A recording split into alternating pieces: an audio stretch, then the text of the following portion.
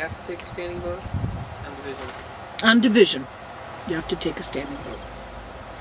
Is it allowable to say I object instead of division, or should you say definitely say? Well, in this case, if you want to vote retaken, you better say division. Because that's what that That's what it. That's what that is for. And I don't know how a chair might respond to I object. They might just think you were objecting to the fact that it passed when you wanted it to fail. Right. So the division is specifically for that one purpose. Take the vote over again. And I've mostly seen it used in large meetings. And you don't have to go to the microphone if you have microphone rules. On division, you're entitled to just yell it from where you are. So when you say division, they know what to do from there. And any chair certainly should. No, that's what that means.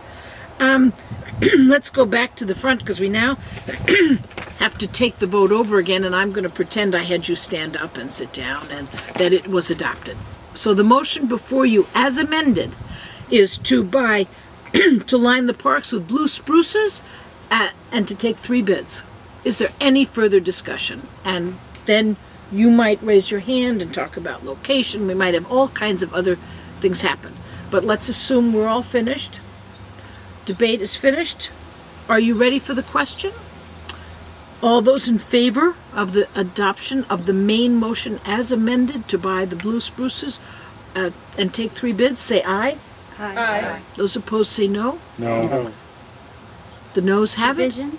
Thank you. I will use hands, even though that's not how we do it in parliamentary procedure. That way you don't have to stand up. All those in favor of the motion as amended, raise your hand.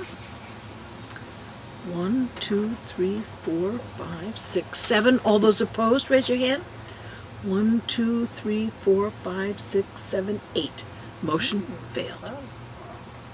What if it had been 7-7?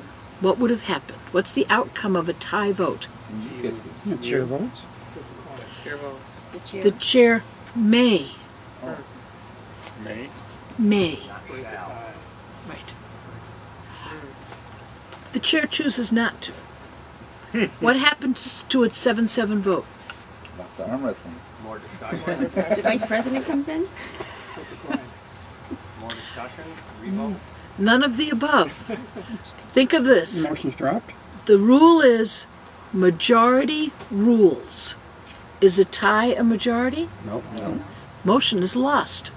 So you have to remote. Tie vote loses. Oh, so the chair is that. Motion. Oh. So it's taken off the floor? No, it's just like a motion that lost. Never. It's as if it's as if the vote was 6-8. 7-7 is the same as 6-8. It's lost. Motion is lost. Because there's no majority.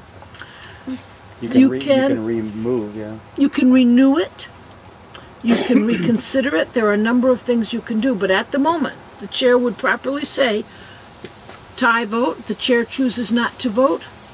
The motion is lost. So at the next meeting, So does it you go can to bring the it up first again. then? So this, is that the spruces no longer? The whole thing, right? The Whole thing. Okay, so it's off the floor totally. It's gone. Okay. It's as if the vote were 0-7. I mean, a tie vote is just loses. Can things be redone to make that motion again? Yes, one of the things that might happen is the person who was interested in the motion might ask during break or after this meeting, before the next meeting, what was it about the motion that you didn't like? Well, maybe Jen will say, I thought we should have only done part of the parks, and maybe someone else will say, well, I really didn't want just one tree. So you could, at the next meeting, come forward with a motion that, having talked to people, you would find you had achieved consensus. And really, I mentioned the word caucus. That's what a caucus is. It's a place to go where everybody puts in what they want, and you come out with something that you think the majority of people want, and you achieve some consensus. So you could achieve consensus on the parks and trees, and the next meeting come back and possibly do something that everyone would like. I think Fred was first, Jen. Then the chair can actually vote by not voting. The chair may vote to make or break a tie. And not vote would be a similar outcome. Yes. So And Politics? sometimes you have a situation where I recall one that had to do with permitting smoking in a meeting, and it came out as a tie. Well, the chair wisely decided that in this case You he, wanna get- did not want to decide that. But still, by not deciding, you decide. Yeah, absolutely, But at absolutely. least at that point in time, church can say, I never voted on that, so you can't blame me for it. right. Exactly. It's a political exactly. decision. As I and said, I've seen that. I've seen that in meetings I've gone to. And It's gotten remember, very political as a result of that. make or break a tie. So it could be a situation where the vote was 7-6. Well, of course, then if you voted to make the tie, you'd still lose. So I probably wouldn't do it then. But you can vote to make or break a tie. What about, I've heard, especially in Congress, where they say they vote as present. Well, that's an interesting question because in the same meeting that had to do with the smoking, there were 3 people who abstained on the vote. And both the pros and the cons on the smoking wanted to count the people who had made the abstentions on their side. Now remember, this is a situation where I am talking about a non-profit group. I'm not talking about a publicly elected body, because that abstention issue is entirely different. We'll come back to that. But in this PTA, which is where this took place, 3 people abstained. And the one group said, well, an abstention is silence. Silence implies consent. So they wanted to count them as yes votes. And the others said, well, they didn't vote at all. That's not a vote, that's a no vote. The answer is an abstention is a choice not to vote. It doesn't count one way or another. It implies consent, not meaning a yes vote. It implies consent in that you're saying, I'll go along with the vote, whichever way. That's what abstention means. And in fact, you give your weight to those in favor of whether it came out yes or no. In other words, you're giving your weight either to the no vote or to the yes vote, depending on how it comes out. But you're basically saying, no vote here. So you just add to the majority. That's the effect you have, but that's only the effect. You don't actually get counted to it, but that's what it does. It says. And I gave the example that those who are involved in political life know that when our neighbor says on election day, I'm going to make a statement, I'm not going to vote, what they're actually doing is making our vote worth more because they're choosing not to vote at all. And not voting is not a statement. Seeking the best candidate you can find is the statement. So that's an abstention, and it's a choice not to vote. Now, in an elected position, you do not have that option.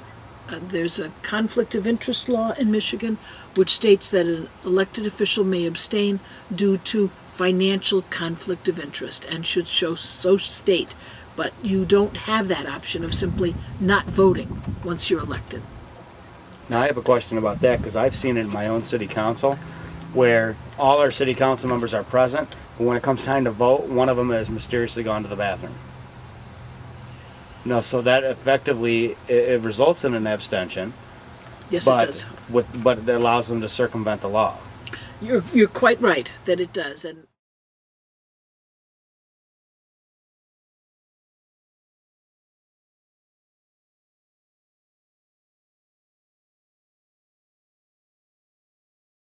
Okay, guys, real briefly, I just want to share some things with you, and some of you guys have gotten these emails already. I know that you had just the briefest of overviews. This is our county, and I know most of you guys aren't in Oakland County, but these are our county bylaws, 7 pages. Okay, 7 pages that kind of roughly outline how the party operates in Oakland County. Okay, this is the convention rules for the first convention that we have in August. It's 37 pages. That's the convention rules for just that one convention.